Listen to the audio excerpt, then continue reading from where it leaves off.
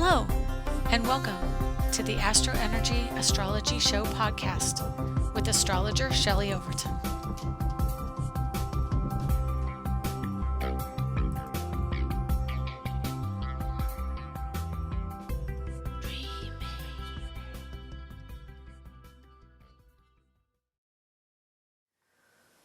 Okay, hi, welcome to the AstroEnergy Astrology Show podcast for February 6th, 2021.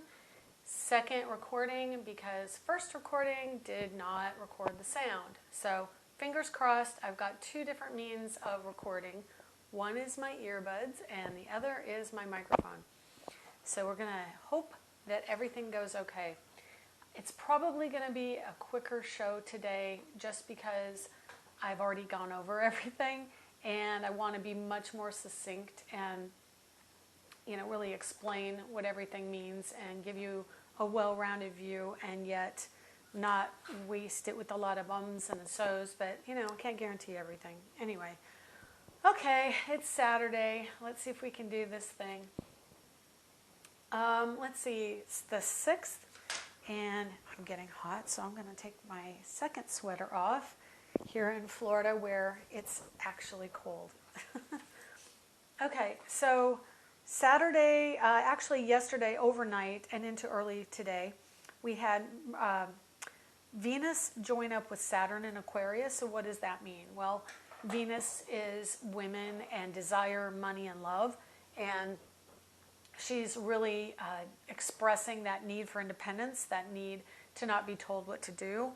She's really analytical.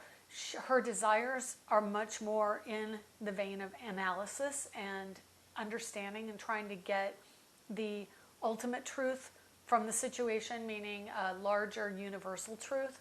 And because she joined up with Saturn, Saturn is authority and owning your own credibility and place in the system. It is the sign of the boss. It's really like, okay, now you have to own what it is you want to do in a desire sense, but also, just to add a little fly in the ointment, so to speak, we've got Saturn and Venus today, Saturday, directly squaring Uranus. Mars is at 15 Taurus, and so that is squaring Jupiter and the Sun. And this is really important for the other part of the show that I'm going to talk about, which is the breakdown of the Super Bowl. I did a really great breakdown yesterday. No one will hear it. So anyway, having Saturn next to Venus, of course, it's women coming into their own authority. Really see this as a strong Kamala Harris energy. Yesterday, when I did this podcast last night, I was going to say, this is an important time for her. I think she is going to get much more of her voice heard, and really she's going to have much more of a place as a vice president in this administration. And then this morning I read that she actually, of course, she used her first tie-breaking vote yesterday morning, I believe, with some of the legislation that was going on there. And I think it was the $1 trillion budget. And then she also, it said in the article I read today, she is going to be much more on equal footing with Joe Biden, that he wants her to be included in the decisions and be right there, making a lot of the decisions or having a voice and bouncing off his ideas from her. And so, we're going to see much more of her being part of the presidential, tight-knit circle of influence, more so probably than Mike Pence was, or even Joe Biden. Although I think Joe Biden probably really helped Barack Obama a lot. They didn't necessarily say, oh yeah, we're going through this together. But I felt like they were a team really when Obama was president. So anyway, definitely strength for women right now. Of course, Uranus rules Aquarius, and we've got Saturn, Venus, Jupiter, Sun, and Mercury all in Aquarius. I did not do currently, but I will, I'll bring it up right now, an aspect with asteroids. And there we have Pallas Athena also in Aquarius. So We've got 6 bodies in the heaven, 5 planets and lights that are influencing us with Aquarian energy. And all of them are squaring Uranus, the ruling planet of Aquarius, and also Mars in one way or another. Some squaring one and not the other, and vice versa. We've got Mars at 15 Taurus, and so that means he answers to Venus. He's not happy about it. He is somewhat throwing a tantrum, because that's what Mars can do. Mars is how we express ourselves in a physical sense, how our drive manifests, where we want to put our energy and our intention. It's a really great planet of intention. And so in Taurus, Uranus and Mars, even though Uranus is very quick mental energy and Mars is action and fast drive, in Taurus, they have to slow down. They have to take a look around. And because of that, it really does frustrate all the Aquarian energy. So again, Saturn, Venus, Jupiter, Sun, and Mercury. So we've got these planets basically at 90-degree angles squaring off against each other. And if you've listened to my podcast recently, you'll know that the squares that are happening, especially with those aspects between Saturn and Mars, and Saturn and Uranus, and Jupiter and Uranus, and the heavy hitters of the zodiac, there is something that has to change. There is a lesson to be learned and some growth from this particular cycle. So we're seeing that much more over the course of this year, and it has to do with money. I've talked about Facebook and Google and Apple and all of the big monopolistic companies, Amazon. They are being taken to task right now and reviewed as to what's going on within that organization for antitrust. And of course, when they came up, a lot of the laws had just been changed to encourage that kind of growth, to encourage offshore corporations and putting money in other places to get more out of it, reducing taxes for growth of companies, and letting, even some cases, completely getting rid of taxes for corporations to encourage them to build. We also saw a lot of American consumerism go to other countries. And so this culture was absolutely built by the rules and regulations that wanted to loosen restrictions on corporations. And with planets in Aquarius, of course, Aquarius is going to bring things to light. Jupiter wants the truth to be shown. And so Jupiter in Aquarius is going to say, hey, no, this isn't okay. And Jupiter at 11 degrees is smack dab between Uranus and Mars right now, squaring both of them. And really, it's coming out. It's coming out with like the GameStop issue that came out in the market last week. And we're seeing this type of energy where we are not going to allow certain irreverent use of the political system for monetary gain in the same way. I think that definitely the administration in now wants to see success for Americans, and I'm reading a lot of articles where he's reviewing some of the different consumer and regulatory legislation that was put in place in the last administration, and he isn't immediately getting rid of some of that.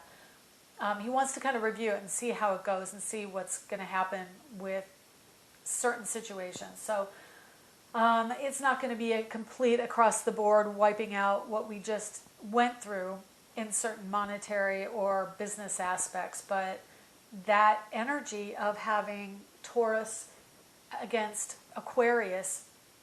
Taurus wants money to be secure. It wants to grow things. It's about business. Uranus in Taurus is about entrepreneurship. So we're seeing that encouraged right now, and we'll continue to get even more encouraged over time. But we have that square to Saturn and Venus and Jupiter, which means they're trying to bring in this new administration and this new way of inclusion.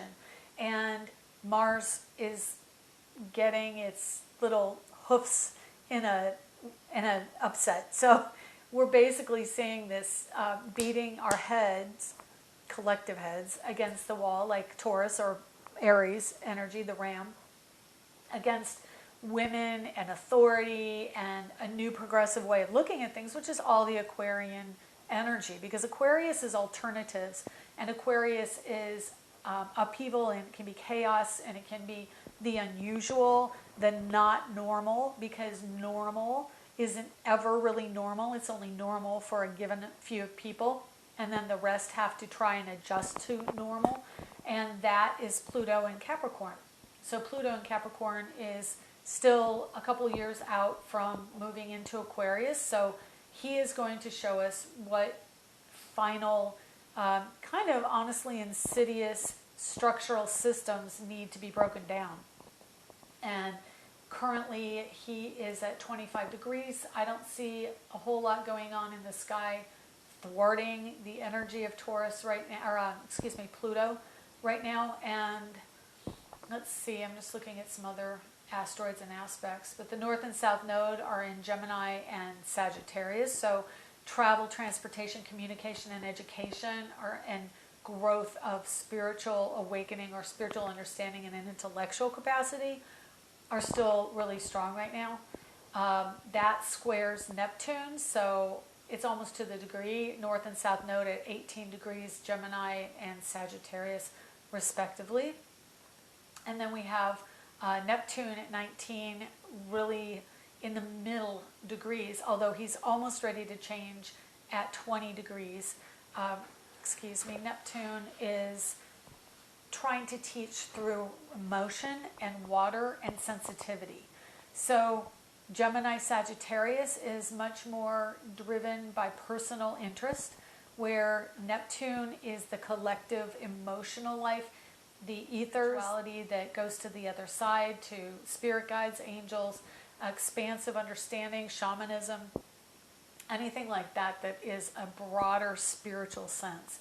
So Neptune really wants to get that sensitivity message through, so we are feeling our dreams are much more vivid, and we are maybe being tired quicker. I know yesterday I went and drove a ways to have lunch with my parents and came back, and on the way back I was just like, and just being out and about, and the car moving, I was a passenger and there was no music or anything on, so I was just kind of lulled into that drowsy state. But I've also noticed that I'm able to focus in on a meditative mindset a little bit better right now. And so it is dreams, but it's also daydreams and visualization, and having that visualization or imagination for the future. Probably there's going to be some stuff going on with Disney, just because Disney's a Sagittarius company, and of course they do films, and Neptune rules films, so there's probably a bit of karmic clashing going on, and we'll see how that goes. I'm curious to know how that's going to go. I know I was just listening to another show where Soul was mentioned, the movie Soul, and that, it's the Oscars coming up in March, and so we'll see if they even get any nominations, because right now there's a definite square in the sky over that. So it'll be interesting to see. Disney's always got some kind of foot in the game for the Oscars, but I don't know. We'll see. Anyway, I know John Baptiste was included in the Golden Globes nominations for Soul, so that could translate to an Oscar win or an Oscar nomination too. Remember that that's a giant T-square, the north-south node, and then in the T middle, or let's go this way, north, south, and then down here, 90 degrees to both, is Neptune. So it's a T-square form. And that means that we're going to have a transformative communication associated with all points. And of course, it is Sagittarius, spirituality, Neptune, higher understanding and spirituality, seeking. So there's some of that in what we're going through now, but then we also have the square between the Taurus and the Aquarius, which is the material world earth energy and air energy of Aquarius. It's really awe-inspiring to see how many Aquarian symbols are on this chart. So with that, I'm going to talk a little bit about what's coming up this week, and then also the Super Bowl, which is tomorrow. Today is Saturday, and hopefully I'll have this up before this happens, but Venus squares Uranus direct at 10:33 p.m. Eastern, and the Moon in Sagittarius sextiles Mercury in Aquarius. So the commonality that those, so let's back up. Venus squaring Uranus. We talked about that a minute ago. Venus is desires. She's in Uranus's natal sign of Aquarius. So, but she's at odds. And the reason she's at odds, and this is an interesting thing too, is they are in mutual receptivity. So she is in a Uranus sign, and Uranus is in her sign of Taurus. So they're in each other's sign, which means they have this synergy of understanding, but also a desire to shift the energy and shift a desire, shift the monetary system, shift how we look at our own independence, especially in a receptive means. Sorry, I'm hitting my mic. I had it lower last week, and I was hearing a lot of banging and beating. I didn't want that. So hopefully this or my other means will be a little sturdier, and I won't have as much background noise. And I think I used a different sound from last week because there's just too much mic noise. Okay, anyway, Moon in sextile to Mercury. So Moon in Sagittarius wants to be gone, expand, understand, and that's around the home and family. So there's a strong desire to take off and go, maybe move, maybe find a new place to be for the moment or long term. And Mercury retrograde, it's like, should I go back? I feel that today very strongly, and I know that the Moon will continue to move forward and get out of that energy and then move into Capricorn. And Capricorn will expand the energy that we just went through with authority and systems and the old guard and tradition, conservatism, that kind of thing. So over the weekend, you're going to see a much more kind of conservative bent on things. I wouldn't be surprised at all if Trump pops up again. He's been really quiet, in my view, for the last week. But I think he's going to pop up because he is part of the Capricorn story, because that's where all the energy was when he was president, and that's what he expressed as a person, as an authority figure in his capacity, was to bring out all this, strictness and law and order kind of thing, but the challenge to that as well. And so we saw that. So I really see this weekend is probably going to have some Trump fighting back a little bit. And then Monday, we've got Sun joining up with Mercury, and that means that Mercury is combust the Sun, which is the corona, the energy of the Sun overshadows or overlights, which is more accurate, the energy of, this stopped. Why did that stop? Okay, what a shame.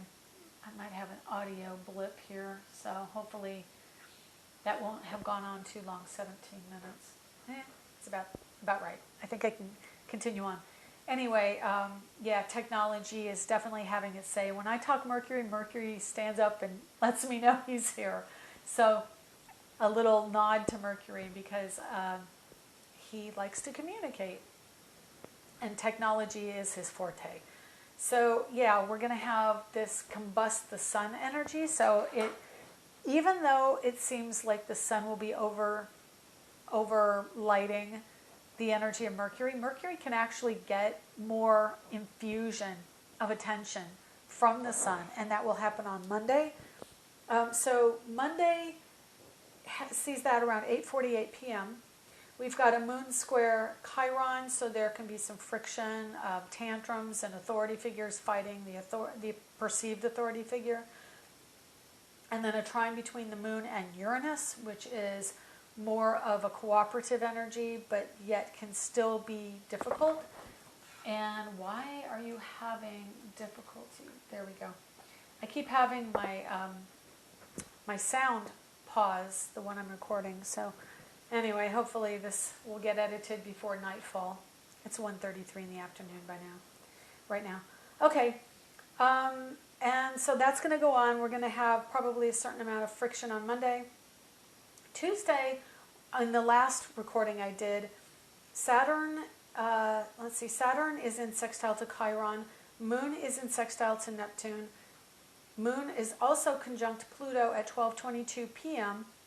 And that's significant. I was looking at this going, okay, this is really interesting because Moon joins up with Pluto. So anytime we're getting a Pluto and Capricorn conjunction to another planet, we have something come out about Trump or the government or authority figures or what we need to see around the old way of being, which is a controlling, restrictive energy. And so that's coming out on Tuesday. And initially I looked at this and thought, it's just a couple sextiles and a conjunction. Then the moon enters Aquarius. Yes, it's all that. But guess what? Moon in late degrees Capricorn squares the point of the insurrection. It also is the energy of the communication that we saw just before that from the sitting president. And it is the old conservative guard. So it definitely triggers that storyline again. And the impeachment trial starts on the 9th. That's the day I'm talking about. So having the moon join up with Capricorn at the end degrees of the sign, it'll be 26 degrees by then, I believe. And it's either 25 or 26, but I'm guessing it'll be 26. I did a chart yesterday. I just don't remember. I think it was 26.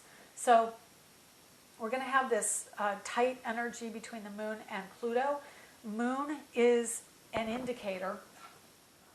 Moon's an indicator. And so we're finding that now, and it's also a culminator, meaning the story. Okay, this is the last time I'm recording this. I'm just going to pick up here. It's been about literally seven times I've tried to record this, and every single time something happens. So it's like the universe doesn't want me to say this, but I'm going to say it, and hopefully nothing bad will come from it. This is the Super Bowl breakdown astrology. So tomorrow at 6:30 p.m. Eastern Standard Time, Sunday, February 7th, 2021, Tampa, Florida, we're going to have the Super Bowl.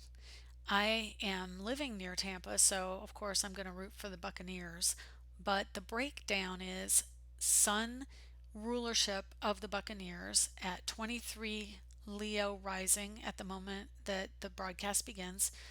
Pluto rules the home in that chart, which is Scorpio on the cusp of home. So Pluto and the Sun are both in the house of work and service. Every Aquarian planet is in the house of work and service. We've got Pluto starting out that stellium at 25 Capricorn, and at the moment of the broadcast, we have a moon at 1 degree of Capricorn. So having a solid 1 degree Capricorn moon is an indicator to me that it's a story around Capricorn. It's an initiating energy around that system and the way things are done, that the system will absolutely have a say in this game. That means that rules and regulations are probably going to make or break this game, and that Mercury is retrograde, which is a concern for the stellium in Aquarius. The Sun is there, so having Uranus rule the descendant, which is the indicator of the away team, and this is just assuming that the home team is in fact the team that is the stadium players, and that the Chiefs will be the away team, but I can't guarantee that's how the NFL will call it. So I'm assuming that being that the Tampa Bay Buccaneers are playing in their own stadium, they're the home team. If it is the opposite, then the Chiefs are the home team, they will be the Aquarian team, and the Buccaneers will be the Uranus and Mars team in Taurus, in which case it'll be the exact opposite of what I'm saying here. So assuming the Buccaneers are the home team, we've got a stellium in Aquarius because the Sun is the ruler. Mercury is the secondary ruler of the first house with Virgo in its own house, which is the Virgo house. And the Sun is there shining the light between the 20 degree Mercury retrograde and the Sun at 19 is Pallas Athena at 20 and 39 minutes. So Mercury is 1 degree away from the sun, combust, but Pallas Athena is standing in the way. And this is an interesting thing because there is a new referee who is a woman, the first NFL woman referee. And I'm not sure if she's doing the game tomorrow, but I think she probably is. And if she is, she will definitely have a splash, so to speak, in what she decides on plays. So look for that. The other indicator is Saturn rules Capricorn. Again, the home team, Pluto in Capricorn. So Saturn is the ruling planet of Capricorn in 6 degrees of Aquarius. And between Saturn and the Sun is Jupiter and Venus. So there is a Venusian or woman energy also in this game from that aspect. The last indicator is the moon in Capricorn coming up on Pluto and having a say about the system and also what the outcome will be. Yes, the moon is in trine or approaching trine to Uranus, but again, all the Aquarian planets in the sixth house answer to Uranus because Aquarius in modern astrology is ruled by Uranus, and I hold to that. So the moon trines Uranus, which personally I see as a difficulty, that things may not go as smoothly as they want them to, being the Chiefs. And it is an indicator more associated with all the stellium planets in the sixth house of the Buccaneers. So the two negative aspects, for one for each team, one is Mercury retrograde for the Buccaneers. And so, of course, that means calling plays or having flags on plays or anything like that could happen more frequently. And it is a team, the Buccaneers is the team with the Aquarian energy. So I see that as a strategy kind of energy going for them, that their minds are working quicker. And the Mercury energy in Aquarius can mean that even though their minds are working quicker, they can judge something too quickly and not culminate it. So I look for a lot of flags for the Bucks. And then the Taurus energy of Uranus, Mars up in the ninth house, which rules, there's the Sagittarian ruled house. That is about the legs and the game and sports and athletes along with Mars. So they have that advantage. They are playing in Taurus, which is a real feminine energy, but a solid, tenacious energy. So they're going to really buckle down and do what they have to do. Yes, both teams have tremendous potential in this chart, but just the sheer number of planets in the sixth house makes me believe that that is almost a fate energy.